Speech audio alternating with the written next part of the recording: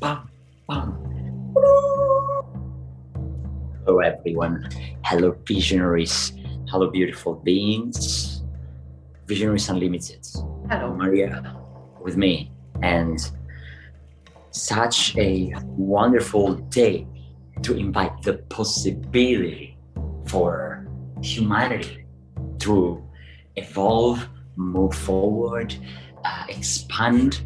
So this is why we picked this topic today. Having a vision that invites, welcomes, embraces, encourages possibilities. And when I say this, I directly refer to the deeper work we're doing on our own vision, as we came from different statements, from different aspirational affirmations and pieces of our vision, and we are bringing it down and focusing it towards something that truly is concrete, truly is achievable, and that gives you the idea of, oh, this is exactly what I'm gonna be doing, right? So having a vision that invites possibilities means that it doesn't exclude, it doesn't impose, it doesn't fit, it doesn't clashes with, but it's still aspirational, it's still daring to say something that someone might not agree with, and it does it with their arms open. Like, okay, this is possible, mind the ride, come with us. We're creating a world where all businesses can be respectful to humanity and even a plus to humanity, and sustainable for the planet, and even restoring the planet. And all businesses can do it. So Visionaries is creating a home for all businesses to be possibly a plus for humanity and the planet. This is the direction we decided to take. We didn't say every business should, every business necessarily will. There's no conflict in here. Can you pick the energy of it? So we decided to speak to this energy, not necessarily about the vision that will ground itself even more in the coming days, but about this energy that we are imprinting into it. As all visionaries have possibilities, they can see possibilities. We're creating home, we're welcoming you home to make those possibilities happen. And among the possibilities, there's this beautiful option of being regenerative and restorative for the planet, and healing and caring literally for humanity. Maria, what's on your mind about all this? I'm not as talkative as usual today. Lovely. Yes. What comes is the importance of what we create, and even before we create, what we envision, that it is as loving and inclusive of everyone and everything as possible, while it has its own unique imprint or a blueprint. And in a way, what is reminding me is of the creator, in a way, or creation, which is the all and the everything, which embraces all, and at the same time, it is manifested in infinite forms.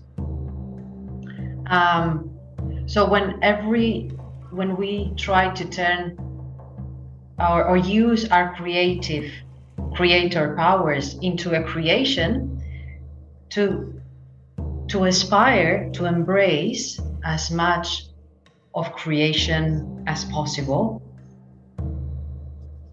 which is possible. It's a mastery. I can see the subtleness in it, while I'm embracing it all, I still keep my uniqueness alive, and stating that we would love to be part of a world where every business is respectful of humanity and sustainable with regard to the planet. Is a beautiful aspiration, is possible, and it invites everyone as a business, as a creator, everyone to create something that is also inviting everyone else to embrace a more evolved version of themselves without any one of us imposing it or forcing it or thinking that we know better what kind of shape should that business have or take, or values or anything of that sort. If we send a very open invitation with a very clear message, I think it gets to the recipient of that message as a light that ignites inside their own consciousness of what they can create or what can be improved in what they have already created, that is more embracing of others and other things who are or that are here in the planet, without us trying to impose that or force that. While at the same time, and I give it back to you, dear, is that I understand that some aspects of our humanity or our planet are in such delicate states of deprivation, in a way, that some humans may need that force, in a way, is necessary, or the urgency is very strong to be transformed immediately. I also embrace those who are in those kind of journeys, because I totally see their point, and I also see the need for their point, but it's not mine, at least, and I don't think it's ours. I have a question. I have a clarifying question about the last thing that you said. Do you mean to say that there's someone in the planet that needs that force to move their backs, lower backs, in order to do things? So these people need that kind of push? Is that what you need? Or there's someone who needs to express themselves in that way? I'm thinking, for example, of the example of bringing death penalty to an end, for example. And I can see from one perspective the urgency and the need even to use some force. I can really understand that perspective for it to stop.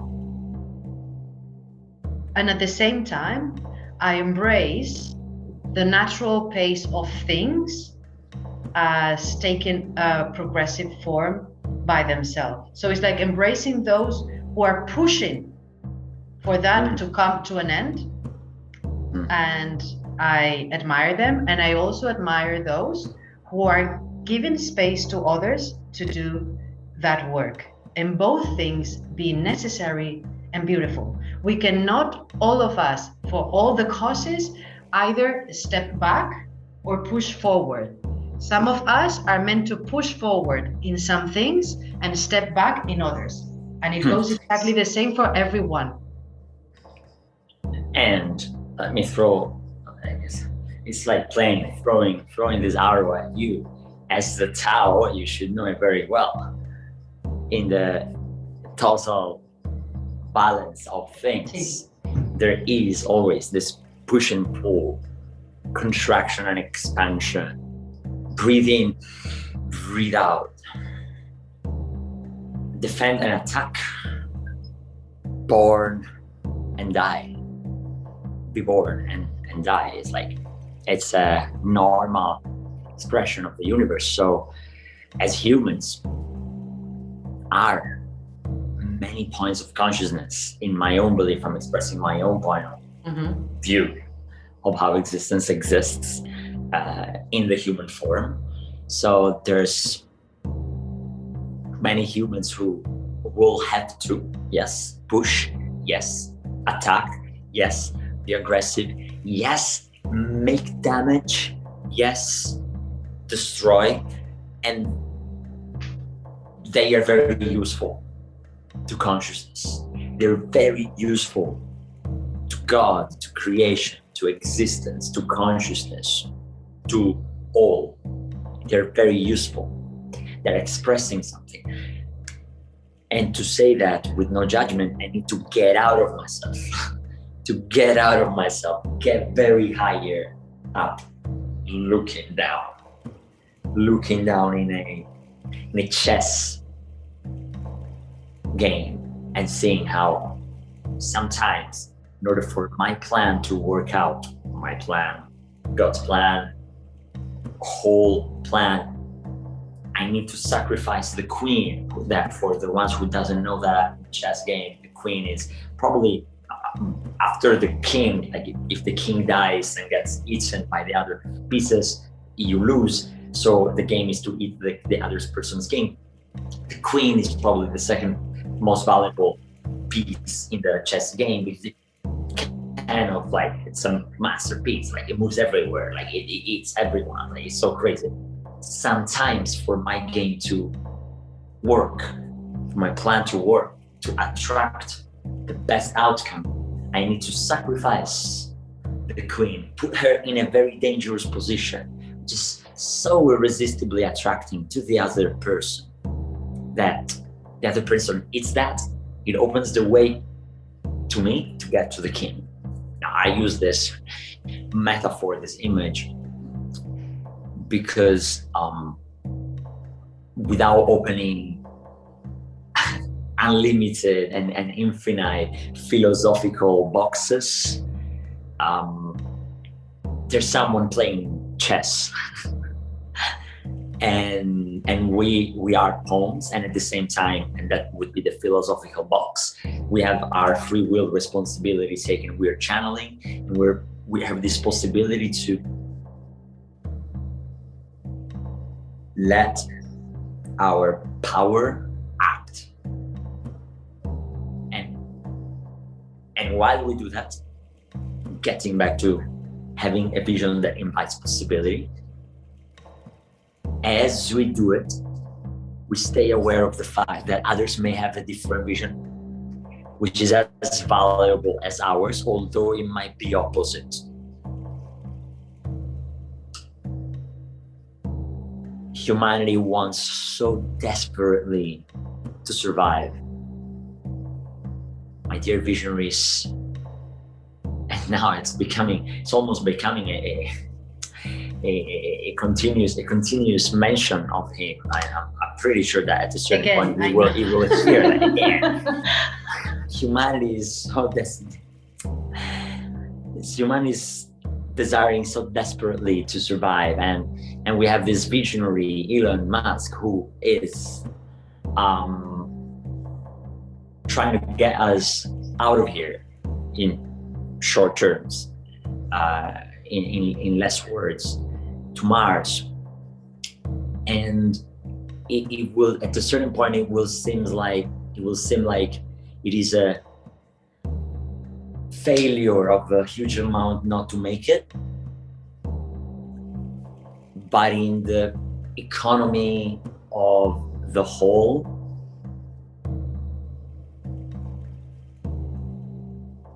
universe might not even notice that we disappear and that Earth bursts into pieces, and that the solar system changes its balance. May not even be noticed by other species, if there are, and we'd be, oh my god, extinct. Don't worry about it, but we would be kind of, if we could worry about it, like, oh fuck, we have, like, oh no, like game over. And the universe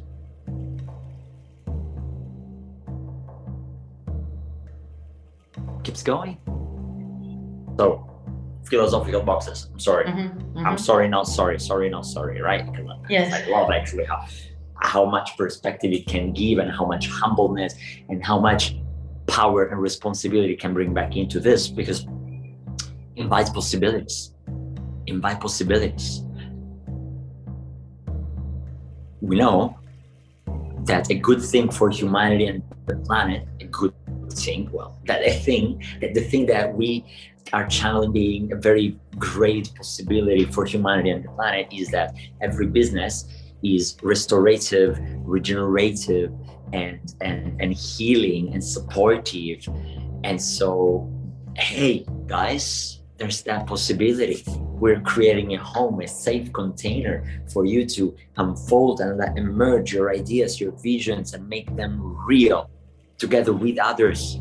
Make it effortless, make it fun.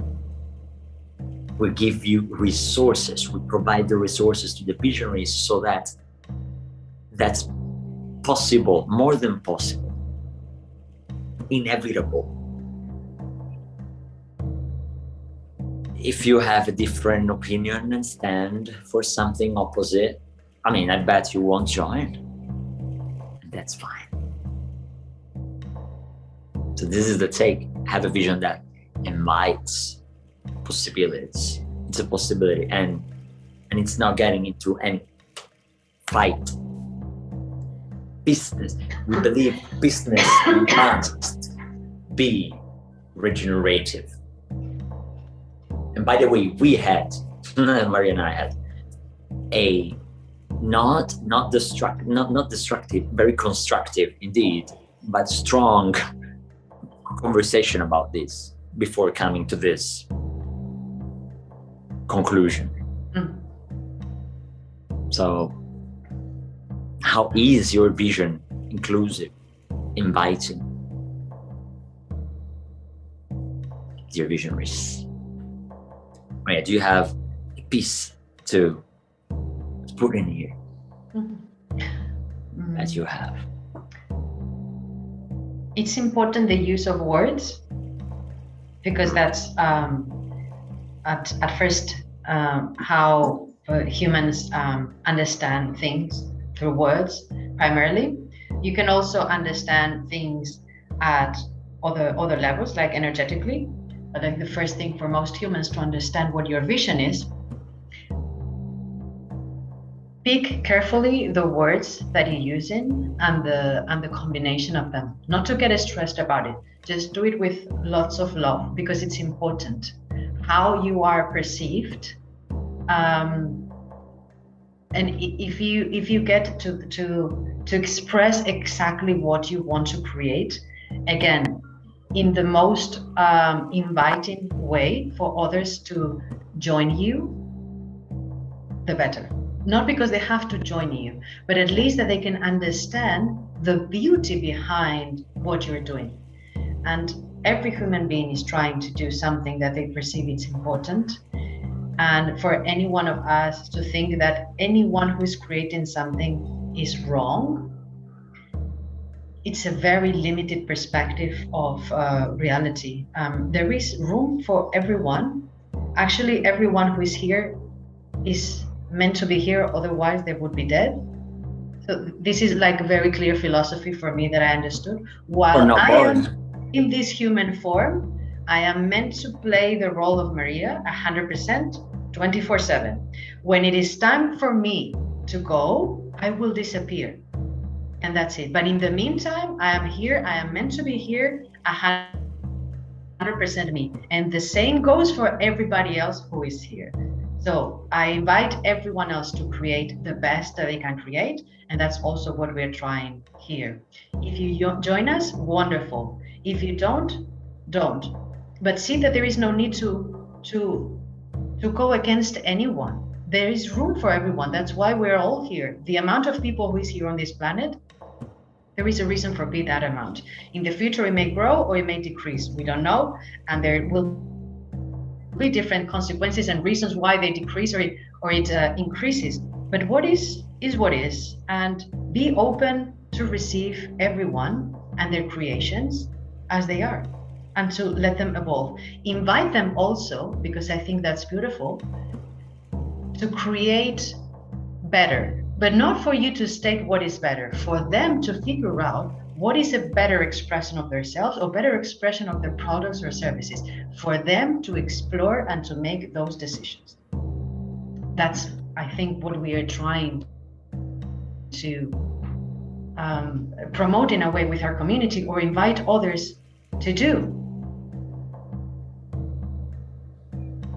Yes, we are. So now stand. I mean, if you want to stand, also stand physically, but stand now. Picture yourself standing in front of the consequences of what you're creating. That has happened, and the consequences are A, B, C, D, A, so all around you, all in front of you, all above and all below, all everywhere, okay? All the consequences. What are those consequences of that creation being evident to others, yielding the results they're like supposed to yield?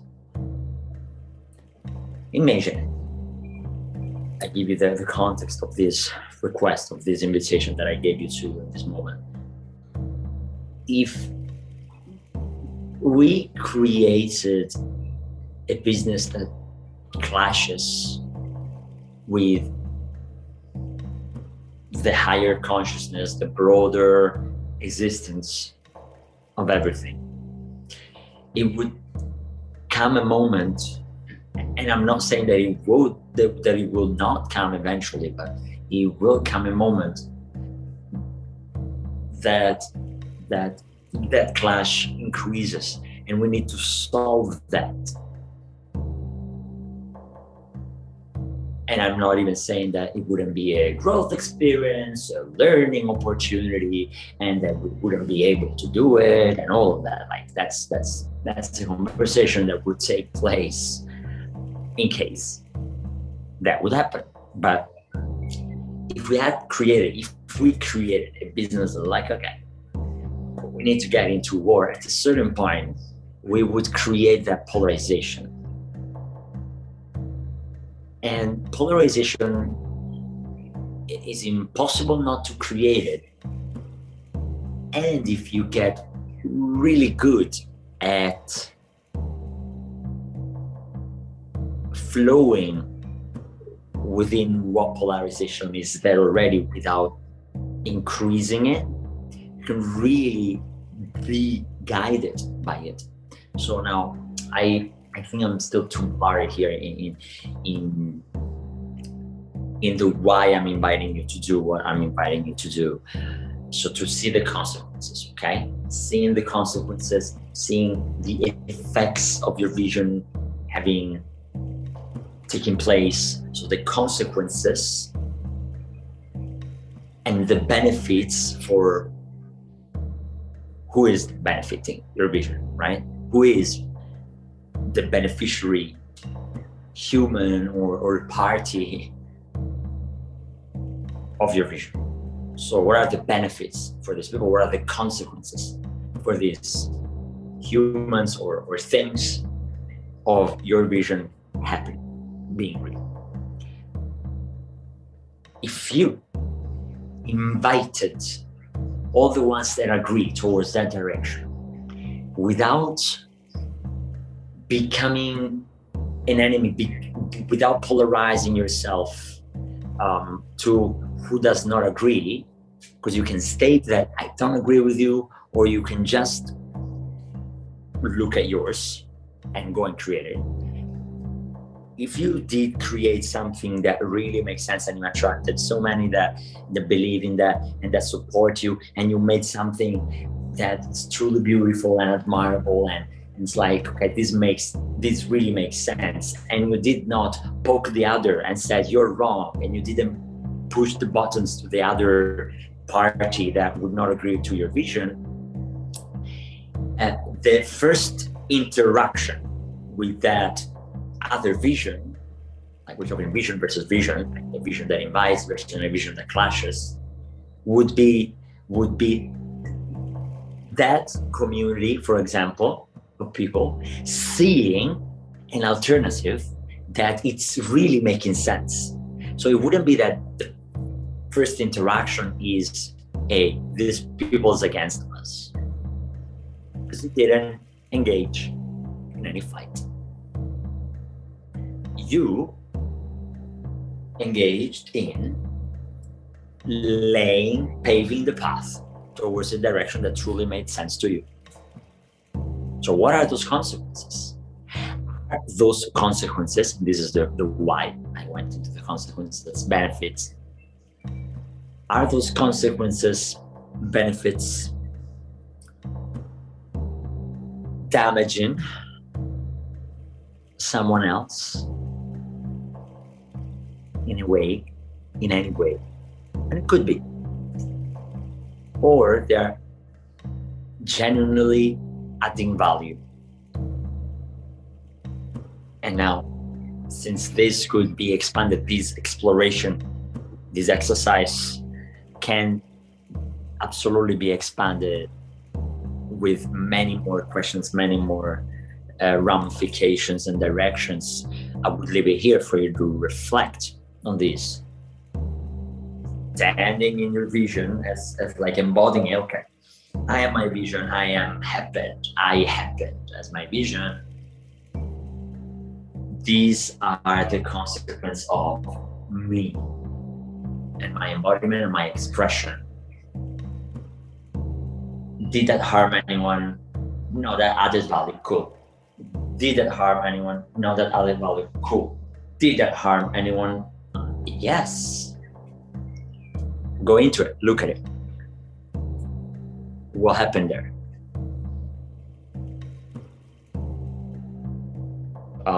Reverse engineer. Go back to the source. You, the actual creator, the vision, the statement. Words are important, as Maria importantly stated.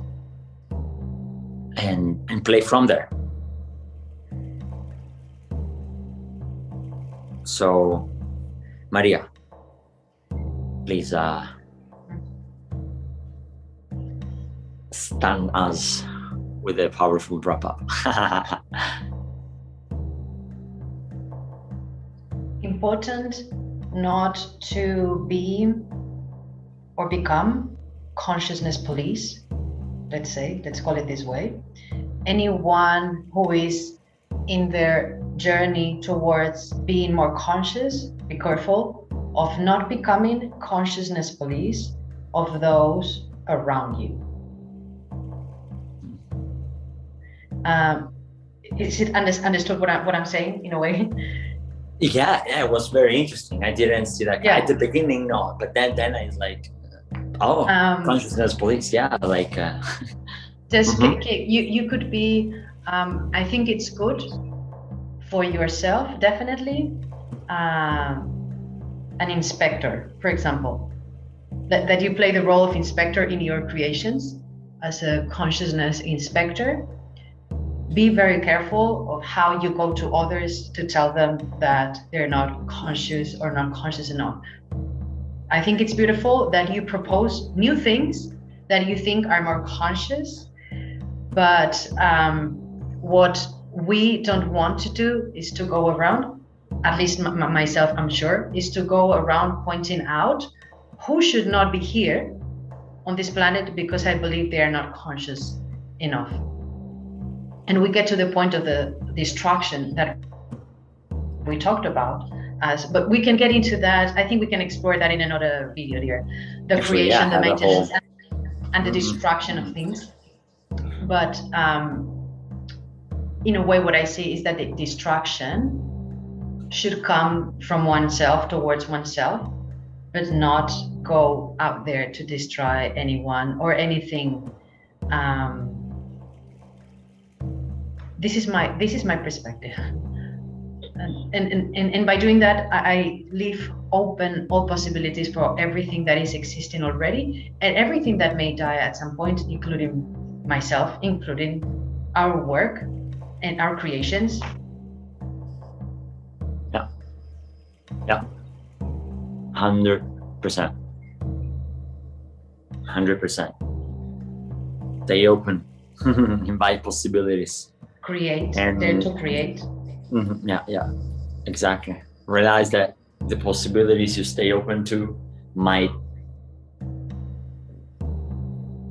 wash away you, and that you need to be ready to swim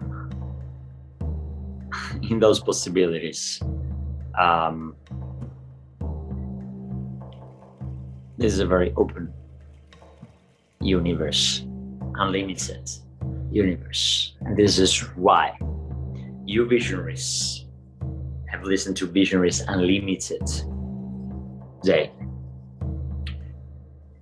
We're here for you. Welcome home. Please, just stay visionary. It's very important. The world needs it. Yes, absolutely. And it needs your particular and unique creations. Absolutely. Peace out. See you next. See you soon.